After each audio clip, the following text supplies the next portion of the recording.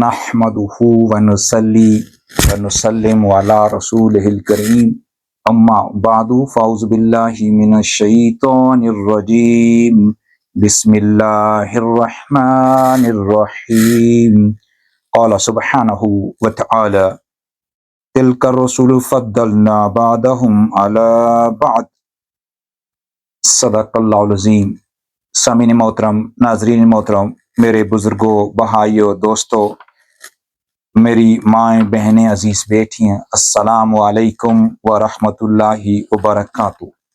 بحمد تعالیٰ آپ اس وقت پروگرام خلاصہ قرآن 2024 دیکھ رہے ہیں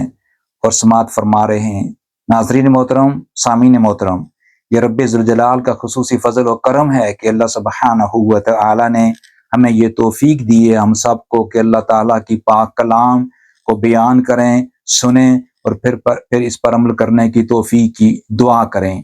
اللہ سبحانہ و تعالیٰ سے دعا ہے کہ اللہ تبارک و تعالیٰ سب مومنین مومنات کی مغفرت عطا فرمائے جو آج سے پہلے دنیا سے چلے جا چکے ہیں، اور جن لوگوں نے اللہ اور اس کے رسول صلی اللہ علیہ وسلم کی اطاعت کی ہے، اور ان کو بھی اللہ تبارک و تعالی رحمت اور مغفرت عطا فرمائے، ان کے درجات بلند فرمائے جو قیامت تک آئیں گے اور اللہ کے رسول صلی اللہ علیہ وسلم کی اطاعت میں اپنی زندگیاں گزاریں گے۔ ہم دعا کرتے ہیں کہ اللہ تعالیٰ مجھے اور آپ سب سننے اور دیکھنے والوں کو اللہ تعالیٰ ان پیاروں میں شامل فرمائے، آمین یا رب العالمین۔ ناظرین محترم، اللہ سبحانہ و تعالیٰ کے خصوصی فضل و کرم سے آج جو ہے ہم تیسرے پارے کے مضامین پر کلام کریں گے، لیکن اس سے پہلے ہم جو بیان کرنا چاہتے ہیں، جو پچھلا ایپیسوڈ تھا وہ دوسرے پارے کے مضامین میں ہم نے جو بات کی تھی وہ طویل قبلہ کے حوالے سے تفصیلات بیان کی تھی۔ آیت البر ہے، اس پر ہم نے کلام کیا تھا، اور اسی طرح جو ہے حرام جو چیزیں ہیں، مردار ہے یعنی خون ہے، خنزیر کا گوشت، اس کے علاوہ جو ہم نے فیملی کے لحاظ سے جو معاملات ہیں ان پر طلاق کا مسئلہ ہے، جہاد، اعتکاف، روزے کا بیان اور طاعون کے بیماری کے حوالے سے بیان کیا تھا، اور اس کے بعد حضرت طالوت رضی اللہ تعالی عنہ اور ان کا جو جنگ ہوئی تھی، یعنی کہ جنگ ہوئی تھی جالوت کے ساتھ، اور حضرت طالوت رضی اللہ تعالی عنہ جو بادشاہ امیر بنائے گئے تھے حضرت شمویل علیہ السلام کی طرف سے، اللہ تبارک و تعالیٰ کا فضل و کرم تھا۔ اور حضرت طالوت رضی اللہ تعالیٰ عنہ کے بارے میں بتایا جاتا ہے، بزرگوں نے لکھا ہے بطور خاص تفسیر تبیان القرآن میں کہ حضرت بنیامین علیہ السلام کی وہ ذریت سے ہیں۔ اللہ تعالیٰ نوز بیسٹ۔ تیسرے پارے میں سامعین محترم، ناظرین محترم، جو مضامین ہیں، اور ان میں ایک تو یہ ہے کہ یہ تیسرا پارہ جو ہے وہ اس میں سورہ بقرہ شریف جو کنٹینیو کرتی ہے، اور اس کا آخری حصہ جو ہے اس کے بعد اسی پارہ میں سورہ آل عمران کا جو ابتدائی حصہ ہے وہ اس پارہ مبارکہ میں شامل ہے۔ تو اللہ سبحانہ و تعالیٰ نے اس پارے کا آغاز جو ہے اس سے ہوتا ہے کہ اللہ سبحانہ و تعالیٰ نے رسولوں کو فضیلتیں دی ہیں، بعض کو بعض پر جو ہے فضیلت دی ہے۔ مثال کے طور پر اللہ تبارک و تعالیٰ نے فرمایا کہ ان میں سے کوئی ایسا بھی تھا جیسا کہ حضرت موسیٰ علیہ السلام جس سے وہ ہم سے کلام ہوا، اور اللہ تبارک و تعالیٰ نے فرمایا کہ ہم نے بلند کیے بعد کے مرتبے اور عطا کی ہم نے عیسیٰ بن مریم کو کھلی نشانیاں، یعنی کہ اللہ تبارک و تعالیٰ کی شان ہے۔ اللہ نے اپنے پیارے نبیوں کو اپنی شان کے مطابق، نبیوں کی شانوں ان کے درجات کے مطابق اللہ کی منشا، اللہ کی شان جس کے تحت اللہ تعالیٰ نے فضیلتیں بیان کی ہیں، لیکن مومن مرد اور مومن عورت پر ہمارے پر فرض یہ ہے کہ ہم نبیوں، اللہ کے پیارے رسول حضور خاتم النبیین رحمت للعالمین کی محبت، آپ علیہ السلام کی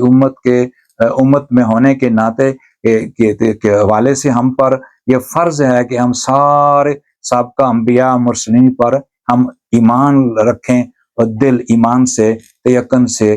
ان سارے انبیاء کی عزت احترام یعنی ایمان رکھیں، اور آسمانی کتب جو نازل کی گئی ہیں ان پر ہم جو ہے ایمان رکھیں۔ یہ مومن کا جو ایمان ہے وہ تکمیل تک نہیں پہنچتا جب وہ پہلے انبیاء مرسلین پر ایمان نہ رکھے، پہلی آسمانی کتب پر ایمان نہ رکھے۔ اس لیے یہ اسلام دین جو ہے، اسلام جو ہے دین فطرت، اور اسلام جو ہے یہ خوبصورتی ہے، اور اسلام یہ گفٹ ہے بنی آدم کے لیے۔ اسلام سارے مذاہب جو پہلے گزرے ہیں ان کو ان کی ادب اور احترام اور پر ایمان لانے کی تلقین کرتا ہے۔ آمین یا رب العالمین۔ سامعین محترم، اس پارے میں جو سورہ بقرہ ہے، اس کے جو بقیہ حصے میں اس میں 3 جو باتیں جو ہم نے مختصر کی ہیں اس کتاب کے لیے بیان کی گئی ہیں۔ پہلی بات یہ ہے کہ بقرہ کا حصہ جو اس پارہ میں آتا ہے، اس میں 2 قرآن مجید کی جو ہے بڑی آیات اس حصے میں آئی ہیں، یعنی کہ اس میں آیت الکرسی ہے وہ اینڈ آیت مدائنہ ہے۔ اس کے بعد دوسرا یہ ہے 2 نبیوں کا بطور خاص ذکر ہوا ہے اس حصے میں، اور تیسرا پوائنٹ جو اس میں ہے، اس میں صدقہ اور سود کے حوالے سے احکامات تفصیلات موجود ہیں۔ اب ہم دیکھتے ہیں کہ جو سورہ بقرہ کے یہ 3 جو مضامین ہم نے اس پارہ سے بیان کرنے ہیں، یہ کیے ہیں، ان کو کوٹ کیا ہے۔ ایک تو یہ ہے کہ آیت الکرسی ہے، یہ پہلی چیز۔ اس کی فضیلت کے حوالے سے بزرگوں نے یہاں اس کی تفصیل یعنی بیان کیا اس آیہ مبارکہ کی، یہ فرمایا کہ یہ 17 مرتبہ اللہ کا ذکر اس آیہ مبارکہ میں آتا ہے، اور بڑی فضیلت والی آیت ہے۔ اور آیت مدائنہ جو ہے وہ یہ قرآن مجید کی لمبی آیت ہے، اس میں قرض کے لینے دینے، قرض کے حوالے سے گفتگو ہے، اور اس کے اصول بیان کیے گئے ہیں۔ تجارت کے حوالے سے جو ہے وہ تفصیلات احکامات بیان کیے ہیں کہ لوگوں جب تم تجارت کرو یا ایک دوسرے کو ادھار دو، قرض دو، تو تم لکھ لیا کرو۔ تو اس طرح کے احکامات یہاں ہوئے ہیں۔ دوسرا یہ اس پارہ میں جو سورہ بقرہ کے ساتھ جس کا تعلق ہے وہ 2 نبیوں کا ذکر ہے۔ سامعین ناظرین محترم، ایک یہ کہ حضرت ابراہیم علیہ الصلوۃ والسلام کا نمرود سے مباحثہ ہوا، اس کو بیان کیا گیا ہے، اور اس کے متعلقات جو باتیں ہیں وہ بیان کیا گئی ہیں کہ حضرت ابراہیم علیہ الصلوۃ والسلام نے توحید باری تعالیٰ پر آپ ثابت قدم رہے، اور کتنے بھی مصائب و مصیبتیں آپ علیہ الصلوۃ والسلام نے دیکھی، اور انکلوڈنگ آپ علیہ الصلوۃ والسلام نے نمرود کے ساتھ آپ مکالمہ کیا اور مباحثہ کیا، اور اپنے ثابت قدمی سے اپنا دامن جو ہے وہ نہیں چھوڑا۔ یہ حضرت ابراہیم علیہ الصلوۃ والسلام کی عظمت ہے۔ آپ دیکھیں گے قرآن مجید میں مختلف مقامات پر حضرت ابراہیم علیہ الصلوۃ والسلام کی عظمت کا بطور خاص ذکر کیا جاتا ہے، اور اس کے ساتھ ساتھ حضرت ابراہیم علیہ الصلوۃ والسلام کی ایک شان یہ بھی ہے کہ آپ علیہ الصلوۃ والسلام نے، جیسا کہ ہم نے پہلے پارے میں پڑھا تھا، آپ علیہ الصلوۃ والسلام نے دعا کی تھی نبی کریم صلی اللہ علیہ وآلہ وسلم کی بعثت کے حوالے سے اور قرآن مجید کے نزول کے حوالے سے۔ تو اللہ تعالیٰ نے حضرت ابراہیم اور حضرت اسماعیل علیہ الصلوۃ والسلام کی دعاؤں کو قبول فرمایا، اور اللہ تعالیٰ نے ہمیں اس نعمت کبریٰ سے بخشا، جو نوازا، جو قرآن مجید کی شکل میں اور حبیب مکرم رسول معظم حضرت محمد مصطفیٰ صلی اللہ علیہ وسلم کی ذات کی شکل میں ہم یعنی کہ بھیجی گئی ہے۔ اللہ تبارک و تعالیٰ کا جتنا ہم شکر ادا کریں اتنا کم ہے، اس لیے اللہ تعالیٰ نے سورہ آل عمران میں فرمایا کہ ہم نے مومنین پر جو احسان کیا ہے۔ اس کے بعد جو دوسرے جو نبی ہیں ان کا جو ذکر ہے وہ حضرت عزیر علیہ الصلوۃ والسلام کا ذکر آتا ہے۔ یہ آیت نمبر جو ہے اس میں اسی پارہ میں آتی ہے۔ اس میں حضرت عزیر علیہ الصلوۃ والسلام کے حوالے سے تفصیلات ہیں کہ آپ علیہ الصلوۃ والسلام کو موت دی رب کائنات نے، اور 100 سال تک آپ گویا کہ سوئے رہے، اور 100 سال کے بعد پھر اللہ سبحانہ و تعالیٰ نے دوبارہ زندگی دی۔ اور یہاں یہ اللہ کی شان ہے، اور ایک چیز کی بھی وضاحت ہوتی ہے کہ بعث بعد الموت کا جو کانسیپٹ ہے، یعنی کہ موت کے بعد پھر زندہ کرنا اللہ کے اختیار میں یا ہوتا ہے، نہیں ہو سکتا۔ حضرت عزیر علیہ الصلوۃ والسلام کا اگزامپل جو ہے وہ اس چیز کی دلالت کرتا ہے کہ اللہ تعالیٰ کی پاک ذات جس نے پیدا کیا اور جس نے اس دنیا سے تجھے ختم کیا، موت دی، وہی اللہ تعالیٰ تجھے دوبارہ زندہ کرے گا، وہی اللہ تعالیٰ تجھے اپنی پاک بارگاہ میں حاضر ہونے کی توفیق دے گا، پھر تجھ سے پوچھے گا کہ اے میرے بندے، میں نے تجھے بڑی محبت سے پیدا کیا تھا، میں نے تجھے سب نعمتوں سے نوازا تھا، تم نے سب کچھ ہونے کے باوجود تم دنیا میں بھول چکے تھے، تو میں نے اپنے نبیوں رسولوں کو بھیجا، بالخصوص پر آخر میں نے اپنے پیارے نبی حضرت محمد مصطفیٰ صلی اللہ علیہ وسلم کی پاک ذات کو بھیجا ہے، تم نے ٹھکرایا، میری قرآن مجید کو تم نے ٹھکرایا، میرے پہلے نبی صلی اللہ علیہ وسلم سے پہلے جو انبیاء آئے ہیں ان کی دعوتوں کو ٹھکرایا ہے۔ آج پھر ان سے یہ سوال کیا جائیں گے اور پوچھے جائیں گے تو اس لیے ہمیں یہ سبق ملتا ہے کہ موت کے بعد ہماری ایک نئی زندگی کا آغاز ہوگا جس کو اخروی زندگی کہتے ہیں، اور اخروی زندگی کا ایک حصہ جو ہے عالم برزخ میں ہے، یعنی قبر کی زندگی میں۔ قبر کی زندگی کے بعد ہمیں اٹھایا جائے گا، اور جو آخرت کا جو احوال ہے، روز قیامت ہمیں اللہ کی پاک بارگاہ میں حاضر ہونا پڑے گا۔ اس وقت انسان پچھتائے گا، لیکن it will be too late then. یہ تھا دوسرا پوائنٹ۔ تیسرا پوائنٹ جو سورہ بقرہ شریف سے اس پارہ مبارکہ میں سامعین محترم آیا ہے وہ یہ ہے کہ سود اور صدقات، کہ یہاں رب کائنات نے فرمایا آیت نمبر 276 میں کہ جو سود ہے یمحق اللہ ربا ویربی الصدقات، جو سود ہے یہ بندے کو یہ مٹاتا ہے تمہارا مال، یمحق اللہ مٹاتا ہے اللہ سود کو، ویربی الصدقات اور بڑھاتا ہے رب کائنات صدقات کو۔ یعنی جو آدمی، جو ماں بہن بیٹی مرد بھائی وہ اللہ کے راستے میں صدقات دیتے ہیں، ان کا رزق، مال، دولت، عزت، ہر چیز جو وہ اللہ تعالیٰ کی شان ہے، اللہ اپنی شان کے تحت لائق ان کو نوازتا ہے اور ان کی وہ دولت کو بڑھاتا ہے، برکت عطا فرماتا ہے۔ اس کے برعکس جو لوگ پیسہ سیو کر کے یعنی کہ سود کے حوالے سے دیتے ہیں، رکھتے ہیں، وہ ان کا جو در حقیقت وہ کم ہو رہا ہوتا ہے، لیکن انسان سمجھتا نہیں۔ انسان کے سامنے وہ جو نمبر کاؤنٹ کرتا ہے وہی میٹر کرتے ہیں، لیکن رب ذوالجلال نے یہ فرمایا کہ اے انسان، اے ایمان والے، بطور خاص، کیونکہ یہ مدنی صورت ہے، مدنی صورتوں میں سامعین محترم، ناظرین محترم،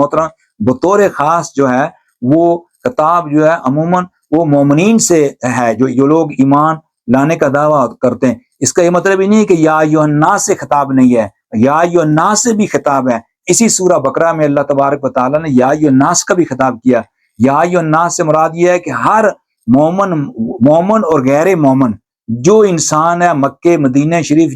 کہاں بھی جہاں رہتا ہے، اس سب کو وہ آیہ مبارکہ دعوت دیتی ہے کہ تم کو اس لیے بنایا گیا ہے کہ تم اللہ کی عبادت کرو، تم کو اس لیے دنیا میں بھیجا گیا ہے کہ تم اللہ تبارک و تعالیٰ کی عبادت کرو، کہ تمہاری زندگی کا مقصد یہ ہے، نتھنگ ایلس، صرف اللہ کی عبادت، اللہ کی رضا۔ یہ ہماری زندگی ایک ٹیمپرری ایک جرنی، ایک ٹیمپرری سٹے ہے، اس میں آخری جو زندگی ہے وہ لمبی ہوگی۔ تو اس کے یہ بات تھی۔ دوسرا حصہ جو اس پارے کا سامعین ناظرین محترم وہ یہ ہے، وہ سورہ آل عمران سے اس کا آغاز ہوتا ہے۔ سورہ آل عمران کا جو حصہ اس پارہ مبارکہ میں ہے اس کے بنیادی طور پر 4 اہم جو باتیں بزرگوں نے اس کو سمرائز کی ہیں، کہ 4 اہم باتیں جو بیان ہوئی ہیں اس میں بطور خاص اس حصے میں۔ ایک تو یہ کہ سورہ بقرہ اور سورہ آل عمران میں مشابہت ہے، یعنی سورہ آل بقرہ میں رب کائنات نے خطاب بطور خاص کیا ہے اہل کتاب یہود سے۔ اس کے علاوہ بھی ہیں، یعنی کہ مومنین کی شانیں بیان کی گئی ہیں، لیکن بطور خاص اہل کتاب کا یہاں تذکرہ جو ہے ملتا ہے۔ سورہ بقرہ میں یا بنی اسرائیل اپنی میری نعمتوں کا شکر ادا کرو، یاد کرو، ہم نے تجھے فرعون سے نجات دی، ہم نے تجھے من و سلوہ دیا، الغرض ہم نے بہت سی تجھ پر نعمتیں کی ہیں، تجھے عزت احترام دیا، تجھ سے بڑی محبت کی۔ یہ ساری باتیں سورہ بقرہ میں ہیں۔ اس کے بعد سورہ آل عمران میں بھی اللہ تعالیٰ نے اہل کتاب سے خطاب کیا ہے، لیکن اس مرتبہ جو موضوع، جو فوکس پوائنٹ ہے وہ عیسائی جو مذہب کو ماننے والے اپنے کہتے ہیں ان سے خطاب کیا جا رہا ہے، اور جس میں جاری جتنے بھی معاملات ہیں اس پر یعنی کہ اللہ تعالیٰ نے جو فرمایا ہے۔ اس کے بعد اسی سورہ آل عمران میں جو اس پارے میں دوسرا پوائنٹ آیا ہے وہ یہ ہے کہ اللہ کی قدرت کے 4 قصے بیان کیے گئے ہیں۔ اس میں یعنی اللہ سبحانہ و تعالیٰ کی جو قدرت ہے، اس کی نشانیاں، اس کی جو شانیں ہیں وہ بیان کی گئی ہیں۔ تیسرا پوائنٹ اس پارہ میں وہ ہے وہ اہل کتاب سے مناظرہ، مباہلہ اینڈ مفاہمہ وہ بیان ہوا ہے۔ اس کا جو چوتھا پوائنٹ ہے وہ سابقہ انبیاء سے عہد لیا گیا کہ اے لوگو، اے میرے پیارو، یہ عالم ارواح کی بات ہے۔ سورہ آل عمران کی آیت نمبر 81 میں اس کا بیان ہے کہ اے میرے پیارو، میں تجھے جب میرا رسول آئے گا، اس کا خلاصہ یہ ہے، جب میرا رسول آئے گا تم سارے، یہ سب نبیوں رسولوں سے ناظرین محترم خطاب ہو رہا ہے، ان سے یہ عہد لیا جا رہا ہے، ان سے ایک وعدہ لیا جا رہا ہے۔ اللہ تعالیٰ نے فرمایا جب میرا حبیب حضرت محمد مصطفیٰ صلی اللہ علیہ وآلہ وسلم کی تشریف آوری ہو، نہ صرف آپ لوگوں نے اس پر ایمان لانا ہے، بلکہ فرمایا ہے کہ آپ صلی اللہ علیہ وآلہ وسلم پر جو ہے ان کی مدد بھی کرنی ہے۔ وَإِذْ أَخَذَ اللَّهُ مِيثَاقَ النَّبِيِّينَ لَمَا آتَيْتُكُم مِّن كِتَابٍ وَحِكْمَةٍ من کتاب و حکمتین ثم جاءکم رسول مصدق لما معکم لتؤمنن به ولا تنصرنہ قال اقررتم۔ یعنی اس آیہ مبارکہ میں اللہ تعالیٰ نے فرمایا کہ ہم نے یاد کرو جب لیا تھا اللہ نے عہد نبیوں سے کہ جو تاکہ میں نے تم کو کتاب و حکمت، اس احسان کا تقاضا یہ ہے کہ جب پھر آئے، یعنی اس محبت، اس نعمت کا تقاضا یہ ہے، یہ جو میں نے آپ پر فضل کیا ہے کہ جب تمہارے پاس میرا عظیم رسول صلی اللہ علیہ وسلم آئیں وہ تصدیق کریں آپ پر جو کتب نازل ہوئی ہیں، آپ کی رسالتوں، آپ کی نبوتوں پر، اس کتاب کی جو تمہارے پاس ہے، پھر تم اس پر ضرور برحال ایمان لاؤ گے، پھر آپ علیہ الصلوۃ والسلام کی تم مدد کرو گے۔ تو سارے انبیاء نے اس پر اقرار کیا۔ یہاں اس پارہ میں وہ ذکر ہے، یہاں سے وضاحت ہوتی ہے کہ اللہ کے رسول صلی اللہ علیہ وسلم، نبی مکرم صلی اللہ علیہ وسلم آخری نبی اور آخری رسول ہیں۔ جتنے انبیاء نے اس دنیا میں آنا تھا، ان سارے انبیاء مرسلین سے اللہ تعالیٰ نے عہد لیا تھا، اور وہ سارے انبیاء پہلے آئے، جیسے کہ اللہ نے فرمایا کہ جب وہ آئے، کہ پھر جب آئے تمہارے پاس ایک رسول، ثم جاءکم رسول مصدق لما معکم۔ تو یہاں عقیدہ ختم نبوت کی واضح دلیل ملتی ہے، اور قرآن مجید کی آیہ مبارکہ براہ راست اور بڑی تفصیل سے عقیدہ ختم نبوت کی وضاحت کرتی ہے۔ لہٰذا ہم لوگوں کو کسی ابہام میں، کوئی شکوک میں نہیں پڑنا کہ نبی صلی اللہ علیہ وسلم کے بعد کوئی نبی آ سکتا ہے، اور کس حد تک کچھ بھی نہیں ہو سکتا۔ نبوت کا دروازہ بند، رسالت کا دروازہ بند، کوئی اور نبی بھی پیدا نہیں ہو سکتا۔ اور قرآن مجید اللہ تعالیٰ کی آخری کتاب ہے، اور یہ پہلی آسمانی کتب کی تصدیق کرتی ہے، اور پہلے انبیاء مرسلین کے واقعات بیان کرتی ہے، اور پہلے قوموں کے واقعات بیان کرتی ہے، تاکہ انسان ان سے عبرت حاصل کرے۔ آمین یا رب العالمین۔ اس کے بعد اب سامعین محترم، جو میں نے 4 نکات بیان کیے ہیں، ایک تو نکتہ میں نے وضاحت کاری دیا ہے، اب جو پہلے 2 پوائنٹ رہتے ہیں، اللہ کی قدرت کے 4 حصے جو ہے نا قصے بیان کیے گئے۔ ایک یہ اس پارہ میں کہ بدر کا واقعہ ہے، حضرت نبی کریم صلی اللہ علیہ وسلم کی جماعت صحابہ اکرام کو فتح ہوئی، اور فرشتوں کی مدد سے اللہ تعالیٰ نے انہیں فتح نصیب فرمائی۔ اس سے سبق یہ ملتا ہے کہ اللہ تعالیٰ کی ذات، اللہ کی قدرت، اللہ کی نصرت سے ہی فتح ہوتی ہے۔ اگرچہ کفار جو ہے وہ تعداد کے لحاظ سے زیادہ تھے، ان کے پاس ریسورسز زیادہ تھے، وہ ہر لحاظ سے طاقتور تھے، لیکن اللہ تعالیٰ کی شان، اللہ تعالیٰ کی نصرت، اللہ تعالیٰ کے فضل ہوا، اور اللہ تعالیٰ نے مومنین کو بدر کے مقام پر عظیم فتح سے امکنار کیا ہے۔ اس کے بدر کے بعد ایک اور جو قصہ ہے اس پارہ مبارکہ میں، وہ ہے حضرت اماں مریم رضی اللہ تعالیٰ عنہ کا واقعہ، کہ آپ رضی اللہ تعالیٰ عنہ کو بے موسم جو پھل ملتے تھے، آؤٹ آف سیزن، تو جو حضرت زکریا علیہ السلام نے جب یہ دیکھا تو پوچھا، آپ رضی اللہ تعالیٰ عنہ نے فرمایا کہ یہ میرا رب کائنات ہے، جس نے مجھے پیدا کیا وہی عطا فرماتا ہے۔ تو حضرت زکریا علیہ السلام کو اس سے نیا جذبہ ملا، اور پھر آپ نے دعا کی کہ یہ اگر اللہ تعالیٰ مریم کو بغیر موسم پھل دے سکتا ہے تو وہی اللہ کی قدرت ہے۔ اس کی قدرت ہے، اور وہی اللہ اگر چاہے تو مجھے اس بڑھاپے میں بھی اولاد عطا فرما سکتا ہے، اس ایمان اس تیقن کے ساتھ۔ اور وہاں جہاں اماں مریم رضی اللہ تعالی عنہا کو پھل ملتے تھے، اس جگہ پر بزرگوں نے اس کی تفسیر میں لکھا ہے کہ وہاں سے کھڑے ہو کر حضرت زکریا علیہ الصلوۃ والسلام نے دعا کی، رب ذوالجلال اپنی میری دعاؤں کو قبول فرما اور مجھے اب اولاد عطا فرما، یعنی کہ بیٹا عطا فرما جو میرے مشن کو جاری رکھ سکے، جو توحید باری تعالیٰ کی تعلیم کو عام کر سکے، جو اللہ کی حاکمیت اخلاقیات کا پرچار کر سکے۔ تو اللہ سبحانہ و تعالیٰ نے اپنے پیارے نبی حضرت زکریا علیہ الصلوۃ والسلام کی دعا کو قبول فرمایا، اور آپ علیہ الصلوۃ والسلام کو جو فرزند جو نیک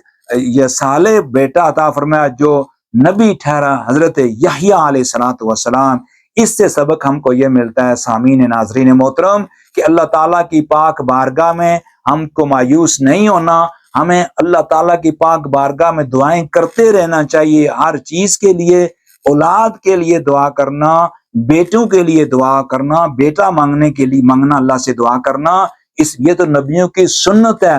شرط یہ ہے کہ آپ اس نظریے سے نہ بیٹے مانگیں کہ بیٹے مجھے زیادہ ہوں گے تو میں دوسروں کو یعنی تنگ کروں گا یا پاور میری بن جائے گی اور دوسروں پر ظلم کریں گے۔ نہیں، اگر نیت آپ کی ہے کہ مجھے اللہ تعالیٰ اولاد دے، میں اولاد کو نیک بناؤں گا یا بناؤں گی، تربیت کروں گی یا کروں گا، بیٹا یا بیٹی، پھر اللہ تعالیٰ وہ نیک کام کریں گے، امت مسلمہ کی مدد کر کے خیر کے کام کریں گے۔ تو یہ اس طرح کی دعائیں مانگنا نبیوں کی سنت ہے، اور بزرگوں کے پاس جا کر بزرگوں سے دعائیں کرانا، یا اس بزرگوں کی جو جگہ ہیں، مثال کے طور پر مدرسے ہیں، مسجدیں ہیں جہاں بزرگوں نے دین کی خدمت کر رہے ہوتے ہیں، ادھر میں بزرگوں کے بھی پاس جائیں تو دعا کروائیں، اللہ تعالیٰ دیتا ہے۔ لیکن دعا کرانے سے کوئی فرق نہیں پڑتا، یعنی اس میں کوئی غلط کام نہیں ہے۔ دعائیں کرانا، دعائیں خود کرنا، اور دوسروں کو سے بھی کہنا کہ میرے لیے دعا کرو، شاید کسی دوسرے کی دعا قبول ہو جائے۔ تو اللہ تبارک و تعالی ہم سب کو دعا کرنے کی اللہ توفیق عطا فرمائے، ہم سب کو اللہ بزرگان دین کی عزت اور احترام کرنے کی اللہ تعالیٰ توفیق عطا فرمائے، آمین یا رب العالمین۔ اور اس کے بعد ناظرین محترم جو تیسرا نقطہ اس پارہ میں آیا ہے وہ یہ ہے کہ اہل کتاب سے مناظرہ، مباہلہ اور مفاہمہ، مناظرہ ڈیبیٹ، مباہلہ چیلنج، کہ ہم بھی دعا کریں گے تم بھی دعا کرو گے، جو جھوٹا ہوا اور جو بھی جھوٹا ہوا وہ تباہ ہو جائے گا۔ اور جو مفاہمہ یہ ہے کہ کمپرومائز، ریکنسلیشن۔ تو جب نبی کریم صلی اللہ علیہ وسلم مدینہ شریف میں آئے، آپ علیہ الصلوۃ والسلام کی ہجرت کے بعد، یعنی مکہ شریف سے ہجرت کر کے، تو اہل کتاب عیسائیوں کا ایک گروہ آیا، وہ آپ علیہ الصلوۃ والسلام کے ساتھ مناظرہ کرنے کے لیے، ڈیبیٹ کرنے کے لیے، کہ ہم سن رکھا تھا تو وہ علماء اپنے آپ کو وہ عالم لوگ سمجھتے تھے، اہل کتاب تھے، اور آئے نبی کریم صلی اللہ علیہ وسلم کے ساتھ، انہوں نے مناظرہ کیا۔ تو مناظرے پر انہوں نے وہ کسی چیز نتیجے پر وہ نہیں پہنچے۔ جب وہ نہیں پہنچے پھر اللہ سبحانہ و تعالیٰ کے حکم سے اللہ کے پیارے رسول حضور صلی اللہ علیہ وسلم نے چیلنج کیا کہ ہم جو ہے اب ہم مباہلہ کرتے ہیں، وہ مباہلہ طریقہ اختیار کرتے ہیں، کیا کہ تم اپنے اہل عیال کو لے آؤ اور ہم اپنے اہل عیال کو لے آتے ہیں اور ہم دعا کرتے ہیں، اور جو جھوٹا ثابت ہوا وہ تباہ ہو جائے گا۔ لیکن وہ جو گروہ آیا تھا وہ اس نقطے پر بھی راضی نہ ہوا۔ جب یہ بات نہ ہوئی تو پھر اللہ سبحانہ و تعالیٰ نے اسی پارہ میں فرمایا کہ مفاہمہ کا حکم دیا۔ وہ آیت نمبر جو ہے اسی پارے کی آیت نمبر 64 ہے سورہ آل عمران کی، اس میں اللہ تعالیٰ نے اپنے پیارے حبیب صلی اللہ علیہ وسلم سے فرمایا کہ حبیب مکرم صلی اللہ علیہ وسلم آپ اہل کتاب سے اس طرح خطاب کریں کہ قل یا اہل الکتاب تعالوا الی کلمۃ سواء بیننا و بینکم اللہ نعبد الا اللہ ولا نشرک بہ شیئا۔ یعنی اس پوری آیا مبارکہ میں فرمایا کہ حبیب کہہ دو اہل کتاب آؤ ایک ایسی بات کی طرف جو یکساں ہے ہمارے ہاں اور تمہارے ہاں.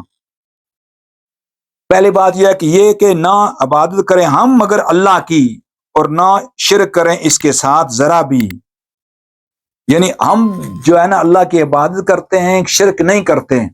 آپ اگر اللہ تعالیٰ کی وحدانیت پر ایمان لانے کا دعویٰ کرتے ہو تو ہم اسی چیز پر اشتراک ہے تو اس طرح بات کرتے ہیں. اس طرح سامعین محترم ہمیں سبق یہ ملتا ہے اس بارے سے کہ جب بھی آپ کو کسی کے ساتھ علمی اختلاف ہو تو آپ اس کو جو چیز آپ میں کامن ہے اس پر گفتگو کریں، اس پر کلام کریں، آپس میں کو ایگزسٹ کریں، آپس میں ایک دوسرے کے ساتھ ذہنی مطابقت پیدا کرنے کی کوشش کریں، پھر اپنے دلائل دے سکتے ہیں. ایک دوسرے کو سمجھنے کی کوشش کریں، بغض سے پاک، حسد سے پاک، ایک نیکی سے آپ مکالمہ کریں، مباحثہ کریں ایک دوسرے کے ساتھ، وہ اس میں برکت ہوگی اور کوئی اچھی بات جو ہے سامنے آئے گی، بجائے اس کے کہ آپ گالی گلوچ نکالیں، ایک دوسرے کو حقیر مانیں، دوسرے کو قرطان جو ہے کریں اور اتنی اس کی بے ادبی کریں اور بےعزتی کریں اور سوشل میڈیا پر اتنا ہائی لائٹ کریں. سوشل میڈیا میں لوگوں نے جو اپنے آپ کو علم والے ہونے کا دعویٰ کرتے ہیں،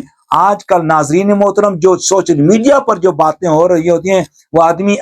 فیملی میں تو کیا اکیلے میں بھی اس طرح کی زبان سننے کو پسند نہیں کرتا. اتنی غلیظ زبانیں استعمال کی جاتی ہیں اور اللہ سبحانہ و تعالی اللہ کے پیارے رسول مکرم صلی اللہ علیہ وسلم کے دین کے نام پر ایک دوسرے کو جو ہے نا اس طرح گالی گلوچ نکالی جاتی ہیں. اللہ تعالیٰ نے فرمایا میرے پیارے حبیب امت کو بتا دو تم دوسرے کو خداؤں کو برا نہ کہو. یہ سامعین محترم یہ اخلاقیات ہیں. یہ اسلام ہمیں درس دیتا ہے کہ تم اپنے کردار سے جو چیز غلط ہے اس کو غلط طریقے اس کو بیان کرو، ایک معذب طریقے سے بیان کرو، جس طرح کہ نبی مکرم رسول معظم حضرت محمد مصطفیٰ صلی اللہ علیہ وسلم ہم کو بتا کر گئے ہیں. نبی صلی اللہ علیہ وسلم کے ساتھ جو اصحاب ہیں وہ ہم کو بتا کر گئے. بزرگان دین جو پہلے بزرگ گزرے ہیں انہوں نے تعلیمات جو ہم کو تشریحات کر کے گئے، انہوں نے احادیث کی تشریحات کی ہیں، قرآن مجید کی تفسیرات کی ہیں. کیوں کہ بنی آدم سمجھ دے اور کوشش کرے اور اللہ کے رسول کا جو صحیح مفہوم کے رسول کا جو دین ہے، جو اس کی صحیح اصل ہے، وہ بنی آدم تک پہنچائے اور خود بھی عمل کرے. تو الحمدللہ تحریک جمال القرآن کا یہ مشن انشاءاللہ العزیز یہ جاری ہے اور یہی ہمارا مدعا ہے، یہی ہمارا مشن ہے کہ ہم لوگ نہ صرف خود تبدیل ہوں اور اخلاقیات اور روحانیت کو پروموٹ کریں، تاکہ جب انسان کے اندر کا جو انسان ہے اس میں جب روحانیت آئے گی تو پھر اس میں حسد نہیں ہوگا، اس میں بغض نہیں ہوگا، اس میں تکبر نہیں آئے گا، اس میں غرور نہیں ہوگا، اس میں اپنے آپ کو بڑا پن یعنی اس میں ریاکاری بھی پھر نہیں آتی. یہ جو دلی بیماریاں ہیں وہ کتنا بھی آدمی علم حاصل کر لے، جب علم کی پوری تعریف پر وہ اترا نہیں گا، پورا نہیں اتریں گے تو تب اس کا بیان بھی نامکمل ہوگا. فرمایا بزرگوں نے علم کی تعریف یہ ہے کہ جس نے علم کو جانا پھر اس کو یاد رکھا، وہ لوگ بھی تھے. سامعین محترم ہم سب جان کر آئے ہیں. عالم ارواح میں رب ذوالجلال نے بنی آدم سے عہد لیا تھا، کیا میں آپ کا رب نہیں ہوں؟ سب نے کہا تھا قالوا بلا. ہم سب جان کر آئے ہیں کہ اللہ ایک ہے. اب اس دنیا کی لذتوں نے، اس دنیا کی ساشوں نے ہمیں بلا دیا ہے اپنے رب کو، اپنے مالک کائنات کو. ہم لوگوں کی موتیں دیکھتے ہیں، ہم حادثات دیکھتے ہیں، پھر بھی ہم عبرت نہیں حاصل کر سکتے، کیونکہ اس دنیا کی مستی نے، اس دنیا کی زندگی نے، اس دنیا کی محبتوں نے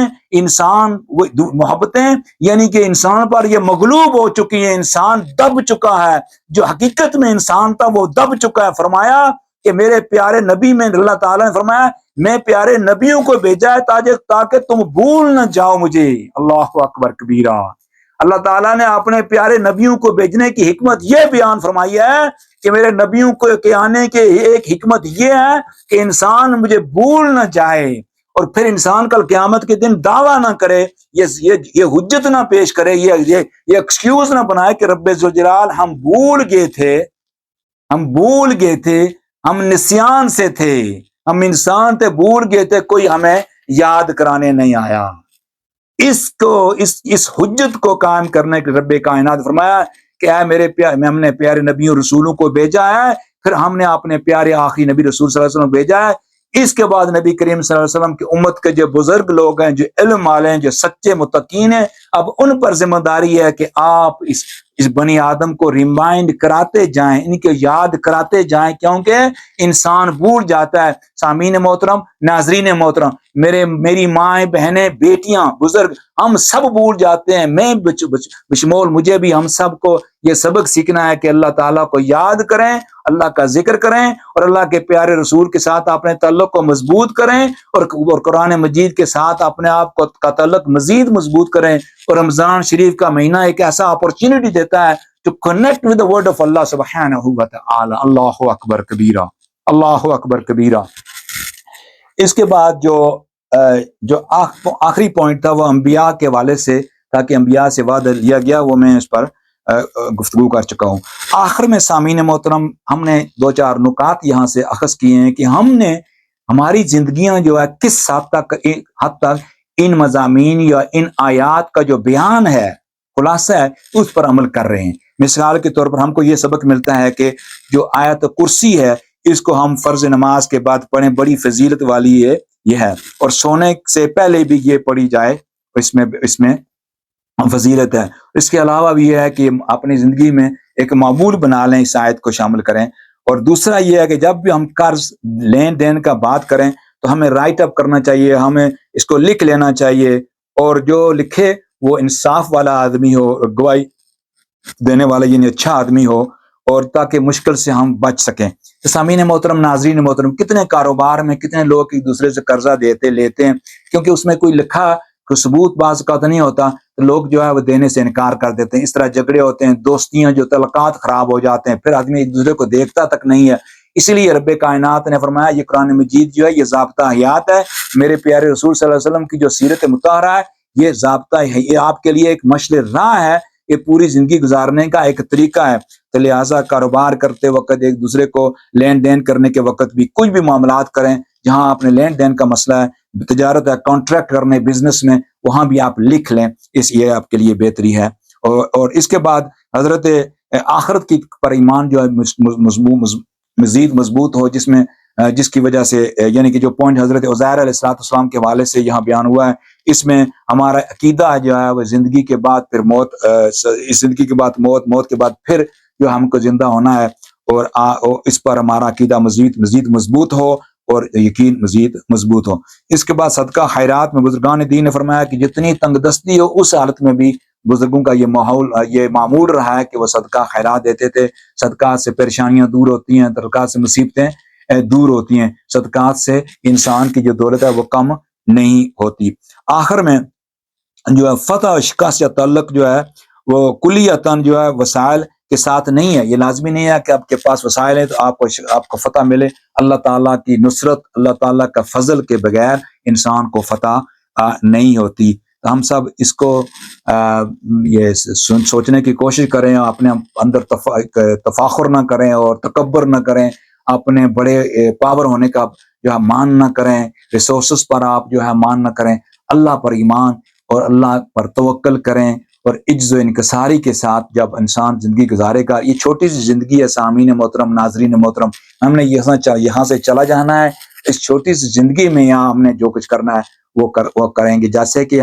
جیسے ہی ہماری آنکھ بند ہوگی، ہمارے لپس کلوز ہو جائیں گے، پھر ہم کچھ نہیں کر سکیں گے، پھر انسان کچھ کرنا چاہے تو بھی نہیں کر سکے گا۔ جب انسان کو پتہ چلے گا تو اس وقت انسان اپنے آپ پر جو اوف کرے گا، کاش میں نے یہ کیا ہوتا، کاش میں برے لوگوں کی سنگت سے بچا رہتا، کاش میں بھی فلاں آدمی کا دوست نہیں بنتا یا بنتی۔ اس لیے ہمیں یہ سبق ملتا ہے کہ اچھے لوگوں کی صحبت میں رہا کریں، اچھے لوگوں کے ساتھ اپنے تعلقات دوستی کو قائم کریں۔ برے لوگوں کی صحبت نہ صرف آپ کو تباہ کر دیتی ہے، وہ ان کو بھی تو اس نے تباہ کیا ہوتا ہے۔ اور برے لوگوں کی صحبت سے بچیں، اچھے لوگوں کی صحبت سے بچیں، اچھے لوگوں کی صحبت میں اپنی زندگی گزاریں، دوستیاں ان سے کام کریں، جو لوگ دین پر عمل کرنے والے ہیں، صالحین ہیں، ان کے ساتھ اپنی سنگت دوستی کو قائم رکھیں۔ اس سے نہ صرف آپ کی جو دنیاوی زندگی بہتر ہوگی، بلکہ آپ کی اخروی زندگی جو ہے اس میں بھی بہتری آئے گی، اور اللہ کا قرب ملے گا، اور آپ کو زندگی میں سکون ملے گا، اور اللہ تعالیٰ آپ کی مغفرت عطا فرمائے گا، میری اور آپ کی، اور اللہ ہمارے اپنی شان کے لائق درجات بھی بلند عطا کرے گا۔ سامعین محترم، اب ہمارے پروگرام کا جو وقت ہے وہ اختتام کو پہنچتا ہے۔ انشاءاللہ العزیز کل کے ایپیسوڈ میں ہم نے چوتھے پارے کے مضامین پر ہم جو ہے نا آپ کے ساتھ کچھ معلومات شیئر کریں گے۔ اللہ سبحانہ و تعالیٰ سے دعا ہے کہ اللہ آج کا روزہ جو ہے وہ ہمارا قبول فرمائے۔ آج کی دعائیں جو ہم نے رکھی ہیں اپنے دل میں ہیں، اللہ تعالیٰ ہماری دعائیں قبول فرمائے۔ جو بیمار ہیں اللہ تعالیٰ ان کو شفا نصیب فرمائے۔ جو میری مائیں بہنیں بیٹیاں پریشان ہیں، جو کسی لحاظ سے رشتوں کے حوالے سے، اللہ تعالیٰ ان کے لیے